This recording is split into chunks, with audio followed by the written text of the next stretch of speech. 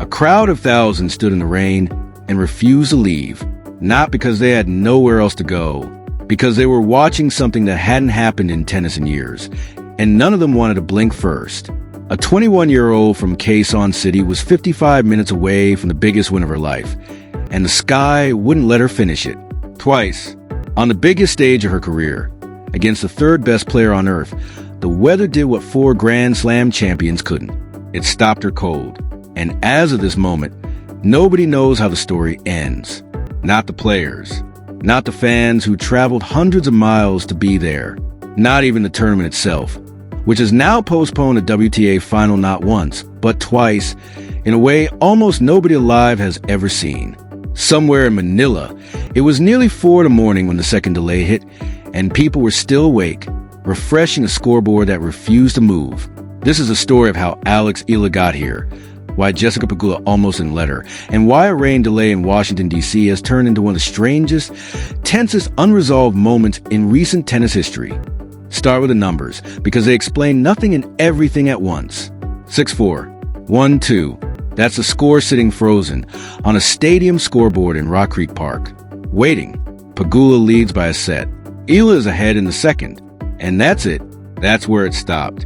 2 of the most informed players on the WTA Tour, walking off a court mid-match, mid-momentum, mid-story, because Thunder doesn't care about narrative arcs. To understand why this moment matters so much, you have to rewind 6 days, back to when almost nobody outside the Philippines had this name circled on their bracket. Eala arrived in Washington ranked 28th in the world. Respectable, promising, not the kind of ranking that makes broadcasters clear their schedules. Then she beat Jung Chin-won, the reigning Olympic gold medalist, in a 3-set battle that opened with her actually dropping the first set before clawing it back. Then she beat Leylah Fernandez, the defending champion of this exact tournament, on this exact court, denying her a repeat before Canadian even got the chance to defend her title in the later rounds. Then Alina Svitolina, a former world number 3 and a WTA finals champ. A crowd of thousands stood in the rain and refused to leave, not because they had nowhere else to go, because they were watching something that hadn't happened in tennis in years, and none of them wanted to blink first. A 21-year-old from Quezon City was 55 minutes away from the biggest win of her life, and the sky wouldn't let her finish it. Twice, on the biggest stage of her career, against the third best player on earth, the weather did what 4 Grand Slam champions couldn't. It stopped her cold. And as of this moment, nobody knows how the story ends. Not the players, not the fans who traveled hundreds of miles to be there, not even the tournament itself, which has now postponed a WTA final not once, but twice, in a way almost nobody alive has ever seen. Somewhere in Manila, it was nearly 4 in the morning when the second delay hit, and people were still awake, refreshing a scoreboard that refused to move. This is a story of how Alex Eala got here, why Jessica Pegula almost didn't let her, and why a rain delay in Washington, D.C. has turned into one of the strangest, tensest, unresolved moments in recent tennis history. Start with the numbers, because they explain nothing and everything at once. 6-4, 1-2. That's the score sitting frozen on a stadium scoreboard in Rock Creek Park. Waiting. Pegula leads by a set. Eala is ahead in the second. And that's it. That's where it stopped. 2 of the most informed players on the WTA Tour, walking off a court mid-match, mid-momentum, mid-story, because Thunder doesn't care about narrative arcs. To understand why this moment matters so much, you have to rewind 6 days, back to when almost nobody outside the Philippines had this name circled on their bracket. Eala arrived in Washington ranked 28th in the world. Respectable, promising, not the kind of ranking that makes broadcasters clear their schedules. Then she beat Jung Chin-won, the reigning Olympic gold medalist, in a 3-set battle that opened with her actually dropping the first set before clawing it back. Then she beat Leylah Fernandez, the defending champion of this exact tournament, on this exact court, denying her a repeat before Canadian even got the chance to defend her title in the later rounds. Then Alina Svitolina, a former world number 3 and a WTA finals champion with more tour-level trophies than Eala has years on tour. 3 seeded scalps in a row, each one a different puzzle, each one solved. And then, in the semifinal, she did something that made the tennis world actually stop and pay attention. she beat Naomi Osaka, 4-time Grand Slam champion, 2-time world number 1, beat her comfortably 6-4, 6-2 in their first ever meeting, and did it while Osaka made 18 unforced errors against Eala's 10, a number that suggests Eala wasn't just surviving the pressure, she was applying it. Afterward, sitting in the press room, Eala sounded almost too calm for what she'd just done, saying simply that she was happy with how she played, and that sharing the court with a player like Osaka meant something to her. No chest thumping, no disbelief, just the quiet certainty of someone who expected to be there. For wins, for completely different styles of danger, nobody handed her this final. She took it apart, opponent by opponent, in 6 days, climbing to her career-high ranking with every round she survived. Waiting for her was Jessica Pegula, and this is where the story gets its edge. Because Pegula wasn't just standing between Eala and a trophy. She was the only person who'd already beaten this version of Eala. Miami, earlier this year, a 3-set semifinal that Pegula won 7-6, 5-7, 6-3, the kind of scoreline that tells you neither player gave an inch. That match ended Eala's breakout run at the time, back when Eala was still a name most casual fans were only just learning to spot on a draw sheet. It also gave Pegula information. She'd studied the low, skidding lefty serve. She'd seen how the crowd noise builds around Eala like weather of its own, thick with Filipino flags and chants that Pegula herself admitted had genuinely confused her the first time she encountered it, wondering out loud where all these supporters had suddenly come from in the middle of an American tournament. This time, she said, she expected it would be even louder. Before the Washington final, Pegula was asked directly about facing Eala again, and she didn't dodge it. She called her the future of the tour. Genuine respect, the kind veterans don't hand out for free, but respect and a game plan are different things. And Pegula had both. That Pegula's own path to the final hadn't been easy either. In the semifinal, she'd faced Diana Schneider and found herself down 2 games to 5 in the first set, staring at an early exit before reeling off the next 7 games in a row to escape 7-5, 6-4. It was the kind of comeback that reveals something about a player's nerve under real pressure, not manufactured pressure, the kind where the match is genuinely slipping away. She arrived at the final having already proven, days earlier, that she doesn't panic when a set starts sliding out of reach.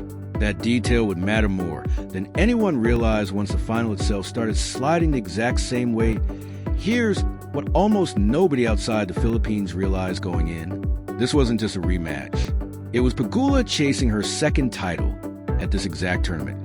The same event where she won her very first WTA trophy back in 2019. 7 years, and she was 1 win away from closing the loop. Meanwhile, Eala was chasing something that had never happened before in the history of Filipino tennis. Not a runner-up finish, not a good week, an actual WTA 500 singles title.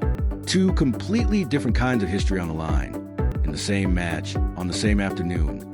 Then the sky decided it had opinions of its own. The final was supposed to start at noon on Sunday. It didn't start until 3. 3 hours of players stuck in locker rooms, fans stuck in restaurant lines around the grounds, tournament staff refreshing radar maps and hoping for a gap in the clouds that never fully arrived. Tournament organizers kept pushing the announced restart time back in small increments. First in the afternoon, then later again, each update landing on social media like a small gut punch to everyone who'd shown up expecting a normal Sunday of championship tennis. When play finally began, the humidity sat on the court like a physical weight. And for 55 minutes, tennis actually happened. Real tennis. Pegula broke early in the 5th game with a forehand return winner that had her opponent's box wincing. Eala broke straight back at love with a blistering backhand return that snapped the momentum in an instant and drew the loudest roar of the day so far. Pegula saved 2 break points just to hold at 4-all, escaped again 2 games later, and finally broke through in the 9th game when Eala sent a forehand just long. She served out the set to love, closing it in 40 minutes, hitting 14 winners to Eala's 4, while both players matched each other with 20 unforced errors apiece. Not a blowout, a statement, delivered under pressure by a player who has now made a career out of exactly these moments. What happened next is the part that should worry anyone betting against Eala. She didn't fold. She came out for the 2nd set and held her opening 2 service games without facing a single break point. She won every point behind her first serve in that stretch. The numbers before the rain returned had her winning 80% of her first serve points. That is not the profile of a player who's rattled. That's the profile of a player who's finding the exact rhythm that carried her past a Grand Slam champion 2 days earlier. She clawed her way to 2-1 on serve, with real momentum building when the players noticed something in the distance.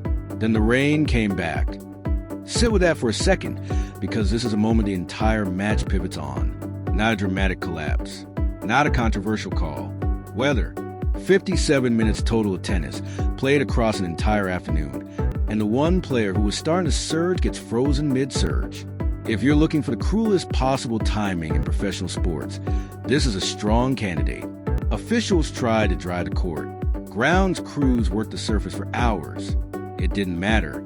The rain kept returning in waves, each one erasing whatever progress had been made. Be why the time organizers finally admitted defeat and called off play for the night.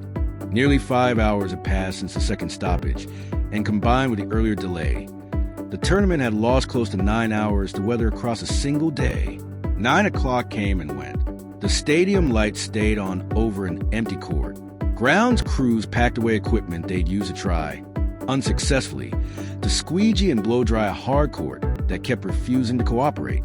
And somewhere in that stretch, a decision landed that reframed the entire tournament.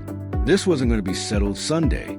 The final would resume Monday at noon, unfinished, score frozen, tension completely unresolved. There's a number worth sitting with here, because it explains why nobody in that crowd was willing to leave despite the hours of standing in damp, uncomfortable conditions. The champion of this tournament walks away with $252,000 and 500 ranking points, out of a total prize pool of just over $1.6 million. For Pegula, that's simply another line in an already accomplished resume, a possible 12th career title to go with the 2 she's already collected this season alone, putting her in the same conversation as the very top of the rankings. For Eala, it's something categorically different. No Filipino player, man or woman, has ever won a title at this level of the sport. Not this size of tournament, not this depth of draw, not against this caliber of opponent. Whatever happens when play resumes, the fact that she reached this final at all has already rewritten a page of her country's tennis history. That's part why the Filipino fans who filled sections of Rock Creek Park stayed through delay after delay, waving flags that stayed damp and heavy in the rain, chanting her name into the noise of thunder that kept threatening to drown them out. They weren't just watching a match.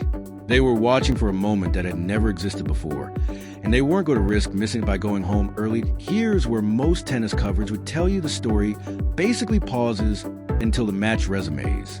It doesn't, because a delay like this changes the psychology of both players in ways that matter more than people realize. Eala goes to sleep with momentum in her pocket and nothing to show for it. She has to wake up, reset completely, and try to rediscover the exact rhythm that got interrupted against an opponent who now has an entire night to study exactly what went wrong in that second set.